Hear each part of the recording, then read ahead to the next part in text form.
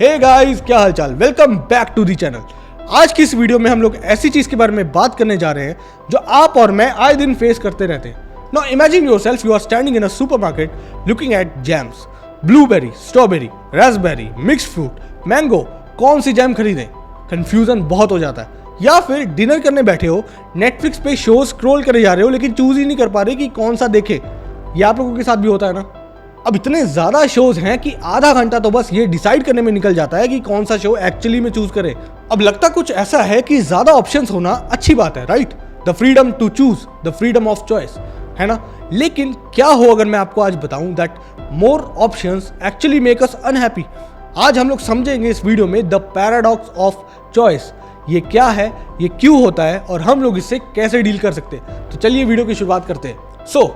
What actually is this paradox of choice? Basically, it is that idea which makes us deal with that the more options we are having, the more unsatisfied we actually are. More options actually lead us to stress, anxiety, indecision and even disagreement. अब इसको एक example से समझते हैं। Just think about it like this. अब आपके पास दो shirts हैं, तो उन दो शर्ट्स में से चूज करना इजी है एज कंपेयर टू अगर आपके पास 20 शर्ट्स हैं। क्योंकि उन 20 शर्ट्स में से अगर आप एक चूज कर भी लो तब भी आप पूरा दिन यही सोचते रहोगे कि क्या ये शर्ट सही है या क्या दूसरा कलर पहनना ज़्यादा बेटर था। पूरा का पूरा दिन आपका इसी सोच में चला जाएगा। And it could be that जो कलर आपने एक्चुअली चूज करके पहना हो आप उससे सेटिस्फाई ही ना हो। अब इसको और डीपली और अच्छे से समझने के लिए हमको जाना होगा बैरी शॉर्ट्स के पास। He is a psychologist who published a book named paradox of choice.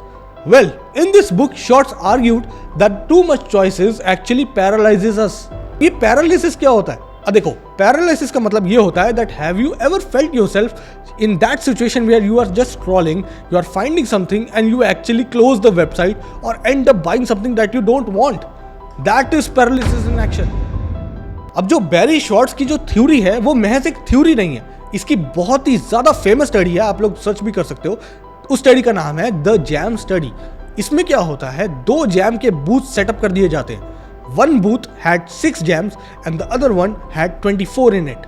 तो अब आप लोगों से मेरा एक सवाल है, नाउ गेस करो कि वो जो बूथ 6 जैम्स वाला था या जो बूथ 24 जैम्स वाला था, उन दोनों बूथ्स में से सबसे ज्यादा कौन से लोग किस बूथ पे अट्रैक्ट हुए होंगे। कमेंट सेक्शन में जरूर बताओ। अभी आई नो ये वाला आंसर आप लोगों ने बहुत ही आसानी से गेस कर लिया होगा। ऑफ कोर्स जहां 24 जैम्स है, ऑफ कोर्स वो वाले बूथ ने ज्यादा लोग अट्रैक्ट किए। Easy right, but here is the kicker. ये स्टडी में ये पाया गया कि जिस बूथ में सिर्फ 6 जैम्स थे उस बूथ में एक्चुअली 10 टाइम्स ज्यादा परचेज हुई और लोग उस बूथ से खरीदने के बाद ज्यादा कॉन्फिडेंट थे अपनी चॉइस को लेकर। नाउ अब ये हुआ क्यों होगा? जस्ट बिकॉज जहां फ्यूअर ऑप्शंस है वहां जो लोग हैं वो अपनी चॉइसेस को ज्यादा कॉन्फिडेंटली ले सकते हैं और अपनी की गई चॉइस से ज्यादा सेटिस्फाई रहते हैं। सो अब ज्यादा ऑप्शंस जो हैं वो अट्रैक्ट तो ज्यादा कर लेते हैं लेकिन जो कन्वर्जन होता है वो बहुत ही कम होता है। जस्ट थिंक अबाउट इट, आपकी भी लाइफ में ऐसा हुआ होगा। अब एक और एग्जांपल से हम लोग इस चीज को समझते हैं। Just take it like this. यहाँ पे आजकल के बच्चों के पास इतने सारे ऑप्शंस हैं कि वो कौन सा कॉलेज अपने लिए चूज कर सके। Out of all those college वो अपने एप्लीकेशंस भेज सकते हैं and they can choose the best. लेकिन पुराने समय में जहां चॉइसेस कम होती थी वहां पे जो चॉइस एक्चुअली ली जाती थी उसमें लोग ज्यादा सेटिस्फाई रहते थे। Now having so many options leads to intense pressure, analysis paralysis and then disagreement and dissatisfaction. बस इसके साथ साथ fear of making wrong choice तो आता ही है। एंड में वो लोग इतना स्ट्रेस आउट हो जाते हैं कि वो लोग चूज ही नहीं कर पाते या फिर जो डिसीजन वो ले लेते हैं आगे चल के वो उसको रिग्रेट करते हैं। जहां एक बार मान लो किसी ने एक डिसीजन ले भी लिया, वो बाद में यही सोचता रहता है कि क्या मैंने सही चॉइस की, क्या मुझे दूसरा कॉलेज चूज कर लेना चाहिए था, क्या वो वाले कॉलेज में प्लेसमेंट्स अच्छी हैं, या ये मैंने कहीं डिसीजन गलत तो नहीं ले लिया। ये कॉन्स्टेंट चीज बच्चों को स्ट्रेस में डाल सकती है, which is a big contributor in unhappiness. क्या फायदा वो कॉलेज चूज करने का जब आप रोज रोज वहां जाके ये सोच रहे हो कि मुझे ये चूज ही नहीं करना चाहिए था। ओके, अब हमने ये तो समझ लिया that the paradox of choice is real, but अब ये समझ लेते हैं कि ऐसा होता क्यों है। So here are the few reasons. Reason number 1, analysis paralysis, which says that the more options we have, the more dissatisfied we are, which then leads to overthinking and indecision. Reason number 2, increased expectations. with so many choices we have, we ought to find that one perfect thing, which then proves कि हमारी जो expectations है वो बहुत ही ज़्यादा unrealistic होती जाती हैं. Reason number 3, the opportunity cost. So I'll explain you. Every time we are choosing something, we are also choosing to not choose something. I know ये confusing था. इसका मतलब ये है कि हर बार अगर हम लोग कुछ चूज कर रहे हैं तो हम लोग ये भी चूज कर रहे हैं कि वो दूसरी चीज को हम चूज नहीं कर रहे हैं. आई होप ये चीज क्लियर हो गई हो. अब जहां पे ऑप्शंस बढ़ते जाते हैं वहां पे अपॉर्चुनिटी कॉस्ट भी बढ़ती रहती है. और हमारा आखिरी reason and reason number 4, regret and the anticipation of the regret.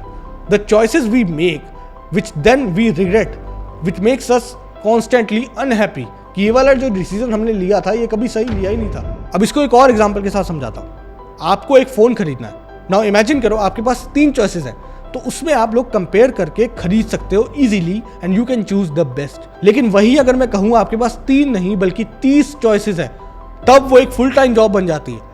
And most cases में ऐसा भी है कि अगर उन 30 में से आप एक चूज कर भी लो तो बाद में आपको रिग्रेट होता रहेगा कि काश मैं कोई और ले लेता. ऐसा होता है, मेरे साथ तो ये हुआ है. अगर आप लोगों के साथ भी ये हुआ है तो कमेंट सेक्शन में अभी जाके कमेंट कर दो. अब जो बैरी शॉर्ट्स थे उन्होंने अपनी बुक में 2 टाइप के डिसीजन मेकर्स के बारे में बोला है. नंबर 1 है मैक्सिमाइजर्स एंड नंबर 2 है सेटिस्फाइजर्स. अब जो मैक्सिमाइजर्स होते हैं ना, उनको एब्सोल्युटली बेस्ट चाहिए होता है. वो रिसर्च करने में पूरे एफर्ट्स और टाइम लगा देते हैं एंड इन दी एंड होता क्या है, वो मे भी उस रिसर्च से या उस चीज से सेटिस्फाई ना हो. लेकिन ऑन द अदर हैंड अगर मैं बात करूं सेटिस्फाइजर्स के साथ, उन लोगों का जो थिंकिंग और उन लोगों का जो एनालाइजिंग क्राइटेरिया रहता है वो होता है दैट दिस प्रोडक्ट और this thing should be good enough for us. उनके एक फिक्स क्राइटेरिया में अगर वो प्रोडक्ट फॉल करता है then they buy it and they are more satisfied. अब जो मैक्सिमाइजर्स होते हैं वो जर्नली बहुत कम खुश रहते हैं बिकॉज उनके माइंड में एक सेकंड थॉट रहता है कि यार अगर मैं ये ना लेता, अगर मैं कोई और प्रोडक्ट ले लेता. वहीं ऑन द अदर हैंड जो सेटिस्फाइजर्स होते हैं वो लोग, क्योंकि पहले ही उन लोगों ने गुड इनफ क्राइटेरिया अपना रखा होता है, उस क्राइटेरिया के अंदर जब प्रोडक्ट फॉल करता है वो खरीद लेते हैं, इसलिए वो एंड में बहुत ज़्यादा खुश रहते हैं. अब आप लोग मैक्सिमाइजर हो या सेटिस्फायर हो, कमेंट सेक्शन में जरूर बताएं. अब एक बहुत ही कॉमन और बहुत ही ज़्यादा बढ़ते हुए एग्जाम्पल के साथ आपको समझाता हूँ. वो एग्जाम्पल है हमारे डेटिंग ऐप्स का. ये बहुत ही ज़्यादा रिलेटेबल होने वाला है, इसलिए हमारे साथ बने रहें. Now what do dating apps do? They offer unlimited choices, unlimited swipes. You can swipe over 100 and even thousands. जबकि आपको लगता है कि उसमें से आपने एक बेस्ट चूज कर लिया है, लेकिन बाद में आपको यही समझ में नहीं आता कि क्या वो बेस्ट है या सेकंड थॉट में आपको किसी और को चांस भी देना चाहिए था, which in the end that can lead to unrealistic expectations. Now in that you start expecting to find that one perfect match. Number 2, endless swiping. You are always swiping in that thought where you are going to find that best person. या हो सकता है best आके आपके सामने से चला भी गया हो, लेकिन क्या पता आपने उसको राइट स्वाइप किया ही ना हो. That way you keep on searching और आप कभी भी सेटिस्फाई या खुश नहीं रहते. Point number 3, less commitment. देखो यार, कमिटमेंट इश्यूज इसीलिए आजकल बिकॉज बाहर इतने सारे ऑप्शंस हैं कि आप लोग हमेशा यही सोचते रहते हो कि जो आपके साथ इंसान है क्या वो बेस्ट है, क्योंकि बाहर वाले ऑप्शन से क्या पता वो ज़्यादा अच्छा ना मैच कर रहा हो. बट इन दी एंड आप लोग गलत भी हो सकते हो, which then makes you to less commit to that one person. Point number 4, superficial judgements.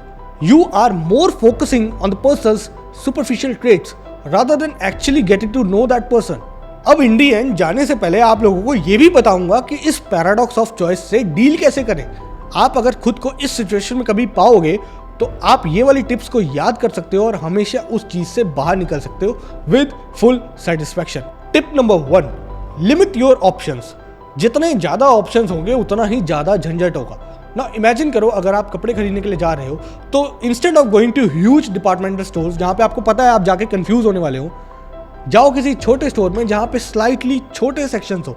वो आपको less limit number of choices देंगे और इन लेस चॉइसेस में से आप लोग अपने लिए बेस्ट चूज कर सकते हो एंड आप लोग सेटिस्फाई हो सकते हो. Tip number 2, set your specific criteria. एक ऐसा क्राइटेरिया सेट करना ही पड़ेगा कि आप लोगों के लिए क्या चीज़ बेस्ट रहेगी. फिर उसी बेस्ट क्राइटेरिया पे अपने आप की रिसर्च करो एंड फाइंड द बेस्ट. अब इससे होगा क्या, जो आपके लिए सच में इंपॉर्टेंट चीज़ होगी ना और उस क्राइटेरिया से जो इंपॉर्टेंट चीज़ मैच कर जाएगी तो आप उसी के लिए जाओगे इंस्टेड ऑफ गेटिंग कंफ्यूज्ड कि क्या मैं ये भी ट्राई करूं, क्या मैं ये भी ट्राई करूं।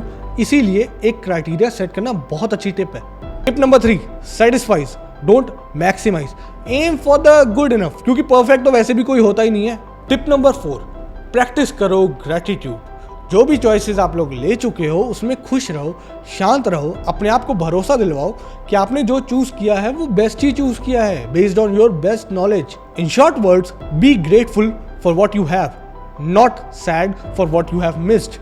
हमारी tip number 5, FOMO, don't fear this FOMO, fear of missing out. Accept कर लो कि आपको हर चीज का एक्सपीरियंस नहीं हो सकता and just live with it happily. और हमारी लास्ट और हमारी छठी tip, make your decisions which are non reversible. इससे क्या होगा, आपको एक सेंस ऑफ क्लोजर मिल जाएगा कि जो आपने डिसीजन ले लिया है वो फुल एंड फाइनल है। Now remember guys, perfection is the enemy of good. It's okay to find that good enough choice and be happy rather than trying to find the perfect choice and then being sad your entire life. You know guys, अपने personal example की बात करूं तो I used to be a huge maximizer. मैं सोचता ही रहता था कौन सा खरीदूं, कौन सा ना खरीदूं, इतने सारे ऑप्शंस में मैं कंफ्यूज रहता था। बट जब से मैंने ये पैराडॉक्स ऑफ चॉइस को समझा और अपनी लाइफ में अप्लाई किया, now I am start setting up criterias and उन क्राइटेरियाज के अकॉर्डिंग जब मैं चीज़ कोई खरीदता हूँ तो मैं उसमें रिग्रेट कभी फील नहीं करता and I usually be very happy with my choice. So guys, conclusion की बात करूँ तो अब हमको ये तो समझ में आ गया that the paradox of choice is real.